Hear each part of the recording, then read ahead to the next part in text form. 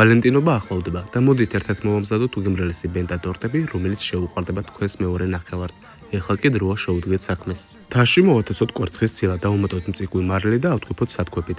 ეტაპობრივად დავუმატოთ შაქარი.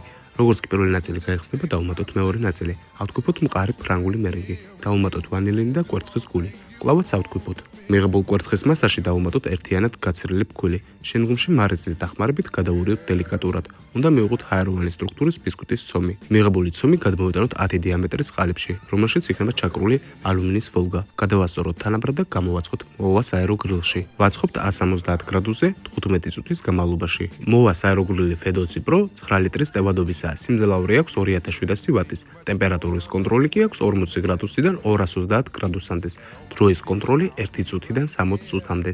აქვს ციფრული დისპლეი და რაც ძალზე კარგია, აქვს მინა, რაც გვაძლევს იმის საშუალებას, რომ ვაკონტროლოთ კერძის ამზადისის პროცესში. გამომწვარ ბისკვიტს ვამოწმოთ ბამბუკის ჭხირის დახმარებით. თუ კი მშრალია, მზად არის ბისკვიტი. ცხელივე ბისკვიტი ამოვიღოთ ყალიბიდან. ბისკვიტი გავაგრილოთ და მოვაჭრეთ ზედაპირი. ამასობაში სანამ ბისკვიტი გაგრილდება, მოვამზადებ მეორე ბისკვიტს, რადგანაც ერთი ყალიბი მქონდა. ეხლა კი შევუდგეთ სანამის მომზადებას. სანამისათვის დაგვჭირდება შესქელებული რძე და მდუღარე წყალი. გავხსნათ ყველაფერი და გავაგრილოთ. თაში მოვათესოთ ოთახის ტემპერატურის კარაქი. კარაქი ავთქვიფოთ ჰაეროვან მასამდე. მიღებული კარაქი დროებით გადავდოთ. ასევე თაში მოვათესოთ კრემკველი. დავუმატოთ შაქრის პუდრა.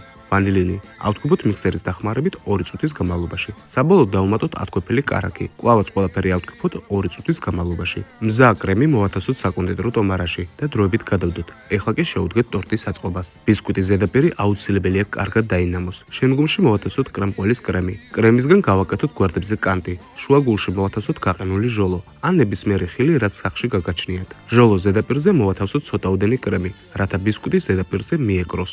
საბოლოოდ მეორე ბისკვიტსაც კარგად ვნამავთ. შპატელის დახმარებით გავუსწოროთ გვერდები. ჩავდოთ მაცივარში მინიმუმ 1 საათით სტაბილიზაციისათვის. სტაბილიზირებული ტორტი გადმოვიტანოთ საცხობ ქაღალდზე. ტორტის გვერდებზე მოვათესოთ კრემყველის კრემი.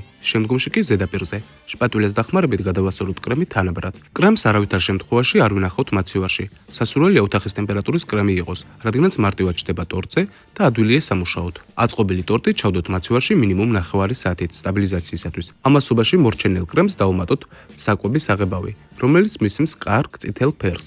მოვათესოთ საკონდიტრო ტომარაში და დავიწყოთ ტორტის გაფორმება. როდესაც გსურს კრემის შეღებვა, აუცილებელია 9 საათი გავაჭროთ ოთახის ტემპერატურაზე კრემი, რათა გაჭდეს ფერი. ბენტა ტორტი შეგიძლიათ გააფორმოთ როგორც თქვენს გულს გაუხარდება, ისეთნაირად. ამ ეტაპზე ვაფორმებ გულის ფორმებით. ვფიქრობ, სავალენტინოდ აქტუალური თემა იქნება. რა თქმა უნდა, ეს პორცია შეგიძლიათ გააორმაგოთ ან გააოთხმაგოთ, რათა მიიღოთ უფრო დიდი მასშტაბური ტორტი. მაგრამ რადგანაც სავალენტინოდ ვაკეთებთ პორციულად 2 პერსონაზე, სასურველია გავაკეთოთ